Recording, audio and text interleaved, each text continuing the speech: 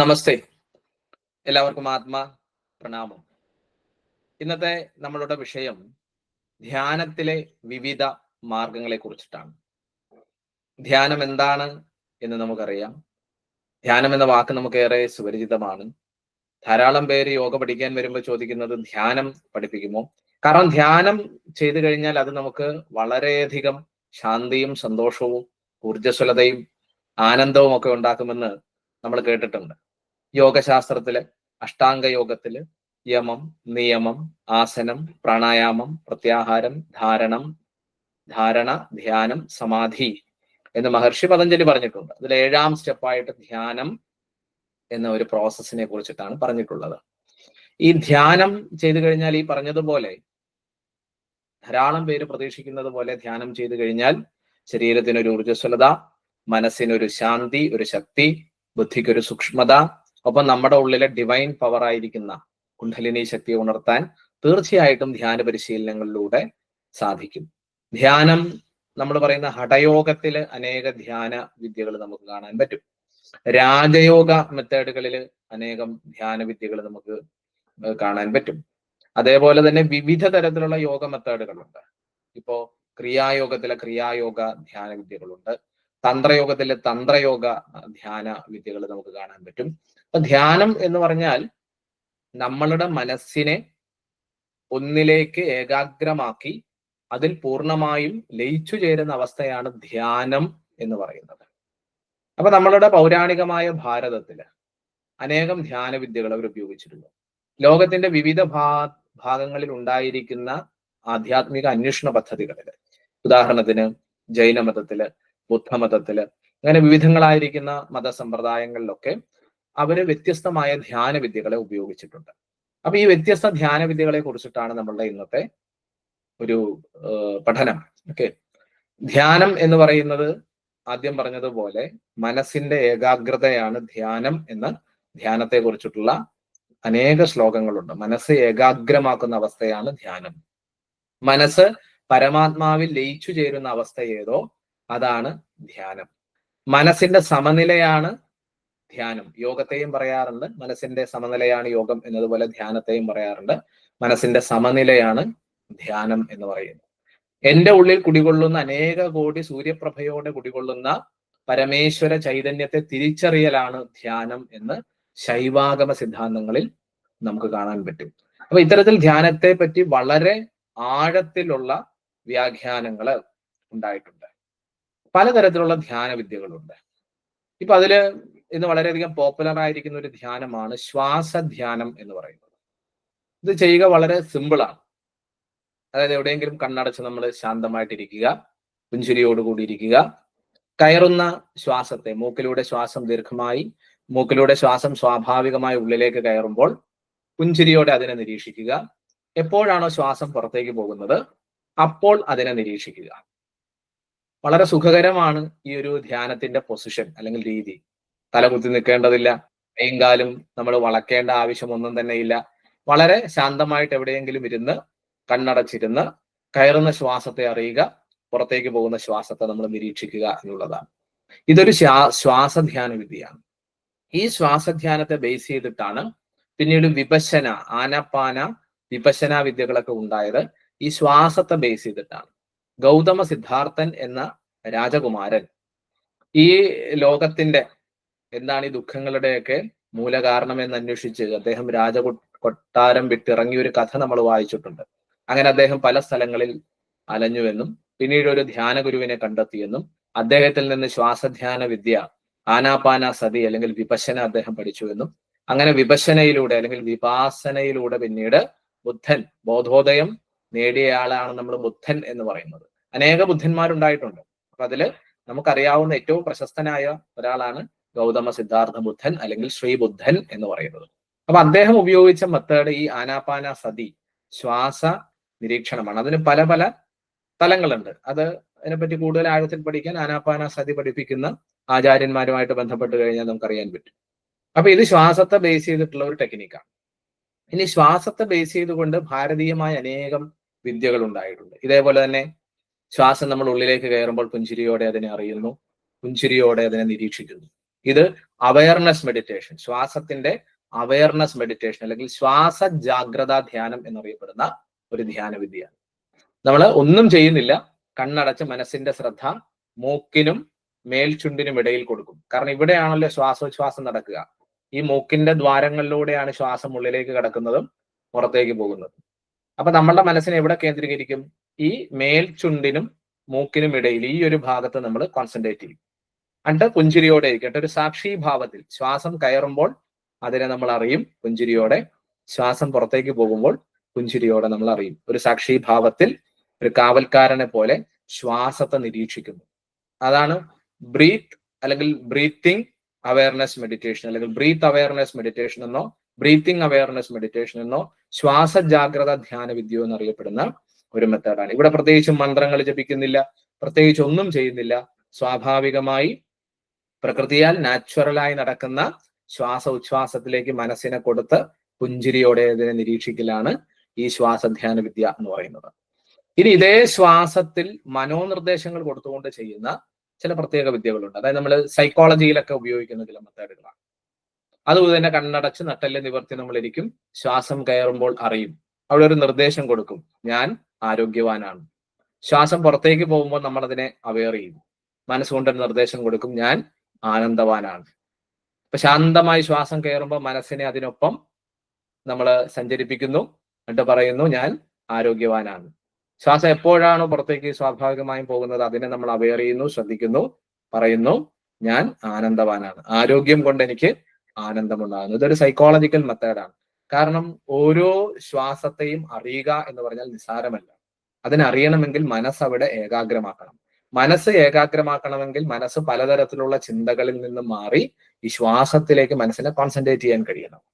അതുകൊണ്ടാണ് ധ്യാനത്തിന് മുമ്പ്, അഗാധ ധ്യാനം ശീലിക്കുന്നതിന് മുമ്പ് പ്രാണായാമവും മന്ത്രജപവും ശീലിച്ചിട്ട് വേണം ധ്യാനങ്ങളിലേക്ക് വരാനെന്നാണ് പറയുക. പ്രാണായാമം, ജപം, ധ്യാനം എന്ന് ഭാരതീയ ആധ്യാത്മിക വിദ്യകളിൽ അതിനെ തിരിച്ചിട്ടുണ്ട്. ആദ്യം പ്രാണായാമം ചെയ്ത് പ്രാണനെ നമ്മൾ സംയമനം ചെയ്യണം. കാരണം നമ്മളുടെ ശരീരത്തിന്റെ ഉള്ളിൽ നടക്കുന്ന കോടാനുകോടി ജൈവരാസ പ്രവർത്തനങ്ങളെ നിയന്ത്രിക്കുന്ന, നയിക്കുന്ന, ഏകോപിപ്പിക്കുന്ന, ഭരിക്കുന്ന ഡിവൈൻ പവർ ആണ് പ്രാണൻ, അല്ലെ? നമ്മളെ നിലനിർത്തുന്ന ശക്തിയാണ് പ്രാണൻ എന്ന് പറയും. അപ്പൊ ആ പ്രാണൻ നമുക്ക് നിയന്ത്രിതമല്ലെങ്കിൽ മനസ്സിനെ നമുക്ക് നിയന്ത്രിക്കാൻ പറ്റില്ല, അല്ലെ? മനസ്സ് നമ്മൾ അഴിച്ചുവിട്ട പട്ടം പോലെ അല്ലെങ്കിൽ നൂല് പൊട്ടിയ പട്ടം പോലെ പറന്നു പോകും. അതിനെ കൺട്രോൾ ചെയ്യാനുള്ള ചരടാണ് പ്രാണൻ. ആ പ്രാണനും ശ്വാസവുമായിട്ട് വളരെയധികം ബന്ധമുണ്ട്. ശ്വാസമല്ല പ്രാണൻ, പ്രാണനല്ല ശ്വാസം. ശ്വാസം അല്ലെങ്കിൽ ജീവവായു എന്ന് പറയുന്നത് നമ്മളുടെ ശരീരത്തിന്റെ ഈ ഫിസിക്കൽ ബോഡിയുടെ നിലനിൽപ്പിന് ആവശ്യമായ പഞ്ചഭൂത തത്വങ്ങളിലെ ഒന്നാണ്. അഗ്നി, വായു, ആകാശം, പൃഥ്വി, ജലം. ഇതാണ് 5 ഭൂതങ്ങൾ, അല്ലെ? ഭവിച്ചത്, ഉണ്ടായത് 5 തത്വങ്ങൾ. ഈ പഞ്ചഭൂതങ്ങളിലാണ് നമ്മൾ ഇന്ന് കാണുന്ന ഈ പ്രപഞ്ചം, സ്ഥൂല പ്രപഞ്ചം രൂപപ്പെട്ടതെന്ന് പറയും. നമ്മൾ ഉണ്ടായതും ഇതേ പഞ്ചഭൂതങ്ങളിൽ നിന്നാണ്, അല്ലെ? നമ്മൾ ജീവിക്കുന്നതും ആഹാരം കഴിച്ചും വെള്ളം കുടിച്ചും വായു ശ്വസിച്ചുമാണ്. നമ്മൾ മരിക്കുമ്പോൾ നമ്മുടെ ശരീരത്തെ പഞ്ചഭൂതങ്ങളിലേക്ക് തന്നെ അഗ്നിയിൽ ദഹിപ്പിച്ചോ കുഴിച്ചിട്ടോ പഞ്ചഭൂതങ്ങളിലേക്ക് തന്നെ മടങ്ങുന്നു. അപ്പൊ പഞ്ചഭൂതങ്ങളാൽ നിർമ്മിതമാണ് നമ്മൾ ഈ കാണുന്ന ഈ സ്ഥൂലലോകം, അതിലെ ജീവിയായിരിക്കുന്ന നമ്മൾ.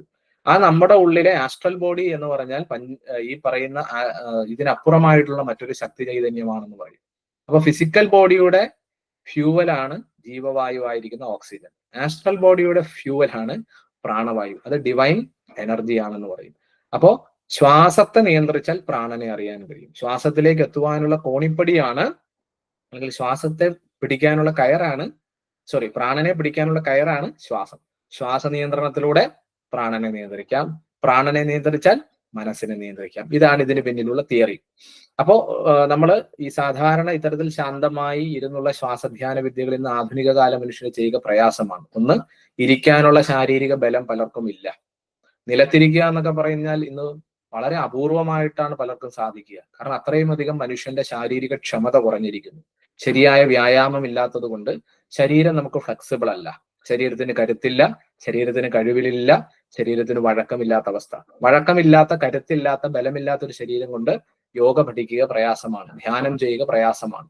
അതാണ് സ്ഥിരം സുഖം ആസനം എന്ന് യോഗിമാര് പറഞ്ഞത്. ആദ്യം ശരീരത്തെ സ്ഥിരമായി സുഖമായി ഇരുത്താനുള്ള ഒരു അവസ്ഥ, കായസ്ഥൈര്യം, കായസ്ഥിതി, അല്ലെ? ശരീരത്തിന്റെ ഋജുത്വം വന്നാലേ നമുക്ക് ധ്യാനം ചെയ്യാൻ പറ്റൂ, മനസ്സിനെ നിയന്ത്രിക്കാൻ പറ്റും. അതിനാണ് യോഗാസനങ്ങൾ, സൂര്യ നമസ്കാരം അങ്ങനെയുള്ള മെത്തേഡുകൾ ഋഷികൾ ഉണ്ടാക്കിയത്. അതാണ് പതഞ്ജലി മഹർഷി യമനിയമത്തിന് ശേഷം ആസനങ്ങൾ പ്രാക്ടീസ് ചെയ്യുക, യോഗാസനങ്ങൾ പരിശീലിക്കുക എന്ന് പറഞ്ഞത്. അങ്ങനെ യോഗാസനങ്ങൾ പരിശീലിച്ച് ബലവത്തായ ഒരു ശരീരം ഉണ്ടായാലേ നമുക്ക് ആ ശരീരം കൊണ്ട് പ്രാണായാമം, അതാണ് യമം, നിയമം, ആസനം, പ്രാണായാമം, പ്രത്യാഹാരം, ധാരണ, ധ്യാനം, സമാധി എന്ന് മഹർഷി പതഞ്ജലി പറഞ്ഞത്. ഇത് മുന്നത്തെ ഒരു വീഡിയോയിൽ നമ്മൾ അതിനെപ്പറ്റി വിശദമായിട്ട് പറഞ്ഞിട്ടുണ്ട്. അപ്പോ നന്നായി ധ്യാനം ചെയ്യണമെങ്കിൽ ശരീരത്തെ ഋജുവാക്കി ഒരു ഉറച്ച പാറ പോലെ ഇരുത്തുവാനുള്ള കഴിവ് നമുക്ക് വേണം.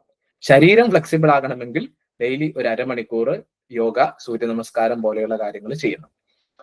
അങ്ങനെ ശരീരത്തെ ഋജുവാക്കി ഇരുത്തി പ്രാണായാമങ്ങൾ ചെയ്ത് പ്രാണനെ കൺട്രോൾ ചെയ്ത് മനസ്സിനെ കൺട്രോൾ ചെയ്താലേ ആഴത്തിലുള്ള ധ്യാനം സംഭവിക്കും. ധ്യാനം ശരിക്കും ആനന്ദത്തിന്റെ തലമാണ്. ധ്യാനം നമ്മളുടെ അസ്തിത്വത്തിന്റെ തലമാണ്. ഹുവാമൈ, ഞാൻ ആരാണ് എന്ന ചോദ്യത്തിന്റെ ഉത്തരം ആഴത്തിലുള്ള ധ്യാനത്തിലൂടെ നമുക്ക് കിട്ടും. കാരണം നമ്മുടെ മനസ്സ് പലപ്പോഴും നമ്മളുടെ കൺട്രോളിലല്ല. അതൊന്നല്ലെങ്കിൽ പോയ കാലത്തെ പറ്റിയുള്ള ആലോചനകളിലായിരിക്കും, അല്ലെ? പോയതിനെ കുറിച്ച് ഓർക്ക് ദുഃഖിച്ചുകൊണ്ടിരിക്കും. അല്ലെങ്കിൽ ഭാവിയെ പറ്റിയിട്ടുള്ള ആശങ്കകളിലായിരിക്കും മനുഷ്യ മനസ്സ് ഭൂരിഭാഗം. പ്രസന്റിൽ മുഴുകുക വളരെ വിരളമാണ്. അപ്പൊ പ്രസന്റിൽ മുഴുകാൻ പഠിക്കുക എന്ന് പറയുന്നത് വളരെ ഇമ്പോർട്ടന്റ് ആണ്. അപ്പൊ ധ്യാനം നമ്മളെ പ്രസന്റിൽ മുഴുകാൻ പഠിപ്പിക്കുന്നു, അല്ലെ? ഒരു ശ്വാസത്തെ നമ്മൾ നിരീക്ഷിക്കുമ്പോൾ നമ്മൾ മറ്റൊന്നിലേക്കും മനസ്സിനെ കൊടുക്കുന്നില്ല. കയറുന്ന ശ്വാസത്തെ അറിയുന്നു, ഇറങ്ങുന്ന ശ്വാസത്തെ അറിയുന്നു. ഇതേപോലെ പ്രത്യേകിച്ചുള്ള നിർദ്ദേശങ്ങൾ കൊടുത്തുകൊണ്ട്, ശ്വാസം കയറുമ്പോൾ ഞാൻ അത് അറിയുന്നു പുഞ്ചിരിയോടെ, ഞാൻ ആരോഗ്യവാനാണ്.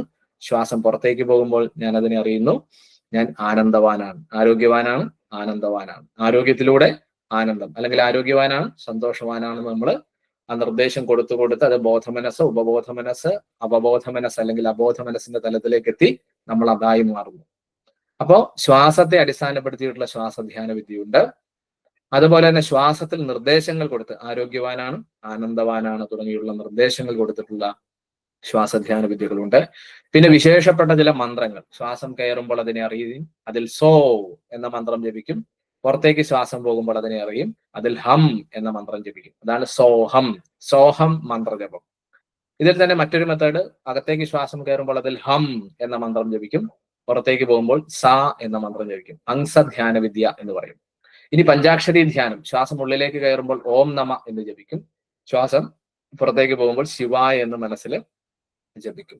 ഇനി ശിവോഹം ധ്യാന വിദ്യ, ശ്വാസം ഉള്ളിലേക്ക് കയറുമ്പോൾ ശിവോ എന്ന് ജപിക്കും, ശ്വാസം പുറത്തേക്ക് പോകുമ്പോൾ ഹം എന്ന് ജപിക്കും. അതായത് ശ്വാസത്തിൽ വിശിഷ്ടമായ മന്ത്രങ്ങളെ സന്നിവേശിപ്പിച്ചു ചെയ്യുന്ന ശ്വാസമന്ത്രക്രിയകളുണ്ട്.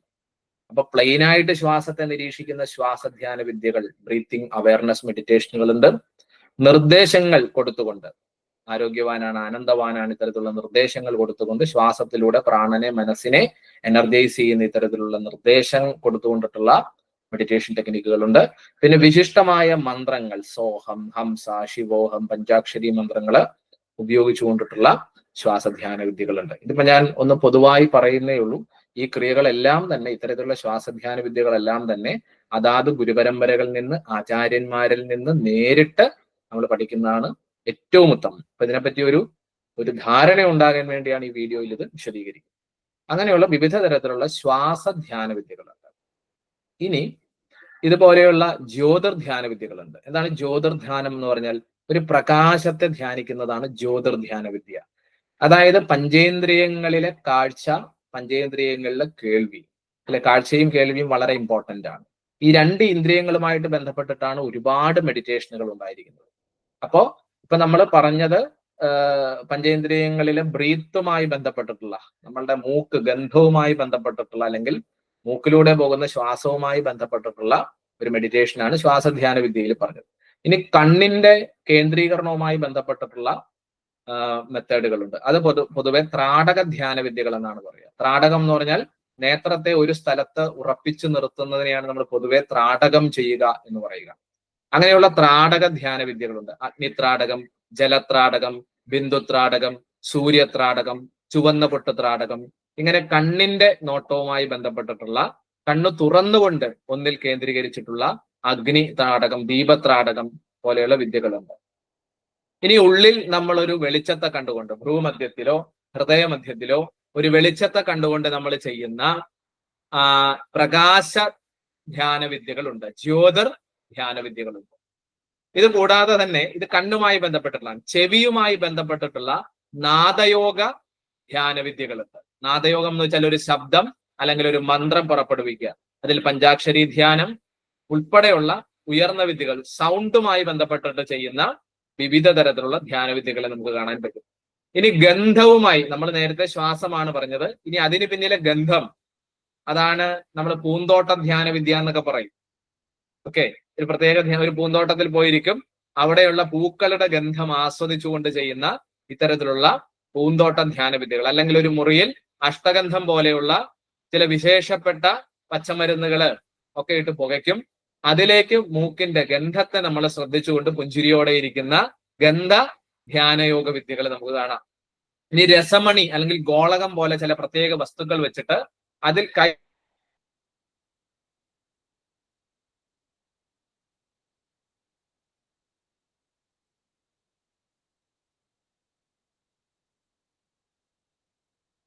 അപ്പൊ നമ്മളുടെ 5 ഇന്ദ്രിയങ്ങളുമായി ബന്ധപ്പെട്ടിട്ടാണ് പ്രധാന ധ്യാന വിദ്യകൾ. കണ്ണിന്റെ കാഴ്ച, ചെവിയുടെ കേൾവി, മൂക്കിന്റെ ഗന്ധം, ഒപ്പം ഇതിലൂടെയുള്ള ശ്വാസോച്ഛ്വാസ പ്രവർത്തനം, അതുപോലെ നമ്മൾ ഈ പറഞ്ഞ കൈകളുടെ സ്പർശനം.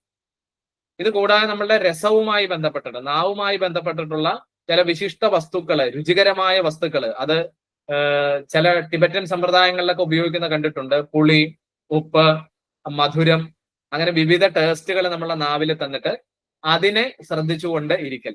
എന്തിനാണ് ഇതെല്ലാം ചെയ്യുന്നത്? മനസ്സിനെ ഏകാഗ്രമാക്കുക, ഒന്നിലേക്കുള്ള ഏകാഗ്രത, മനസ്സിനെ പലതിൽ നിന്ന് വിടുവിച്ച് ഒന്നിലേക്ക് സന്തോഷപൂർവ്വം ശ്രദ്ധിച്ചിരിക്കുന്ന ഒരു ടെക്നിക്കാണ് ഇതെല്ലാം. അപ്പൊ ഇത്തരത്തിലുള്ള വിവിധ തരത്തിലുള്ള ധ്യാന വിദ്യകളെ നമുക്ക് ലോകത്തിൽ കാണാൻ കഴിയും. ഈ ധ്യാനം കൊണ്ടെല്ലാം ഉദ്ദേശിക്കുന്നത് ശരീരത്തിനെ ഊർജ്ജസ്വലമാക്കുക, മനസ്സിനെ ശാന്തവും ശക്തവുമാക്കുക, ബുദ്ധിയെ സൂക്ഷ്മതയുള്ളതാക്കി മാറ്റുക, ഒപ്പം നമ്മുടെ ഉള്ളിലെ ആത്മചൈതന്യത്തെ തിരിച്ചറിയുക എന്നുള്ളതാണ്. 5 ഇന്ദ്രിയങ്ങളുമായി ബന്ധപ്പെട്ടിട്ടാണ് ഏറ്റവും അധികം ധ്യാനവിദ്യകൾ ഉള്ളത്. കണ്ണിന്റെ കാഴ്ച, ചെവിയുടെ കേൾവി, മൂക്കിന്റെ ഗന്ധം അല്ലെങ്കിൽ മൂക്കിലൂടെയുള്ള വായുപ്രവാഹം, നാവിന്റെ രുചി, സ്പർശനം, പഞ്ചേന്ദ്രിയജന്യമായിരിക്കുന്ന ധ്യാനവിദ്യകളുണ്ട്. ഇതെല്ലാം പഞ്ചേന്ദ്രിയങ്ങളുമായി ബന്ധപ്പെട്ട് കിടക്കുന്ന മനസ്സിനെ ഏകാഗ്രമാക്കാനും അതിലൂടെ നമ്മുടെ ചിത്തത്തെ കൺട്രോൾ ചെയ്യാനും അതിലൂടെ നമ്മുടെ ഉള്ളിലെ ആത്മചൈതന്യത്തെ തിരിച്ചറിയാനുമുള്ള വിദ്യകളാണ്. ഇതാണ് വിവിധ തരത്തിലുള്ള ധ്യാനവിദ്യകളെ പറ്റി ലളിതമായി പറഞ്ഞാൽ. ഇനിയും ഇതിനെപ്പറ്റി ഒരുപാട് നമുക്ക് സംസാരിക്കാനുണ്ട്. ഇപ്പോ ഇത്രയും. നമസ്തേ.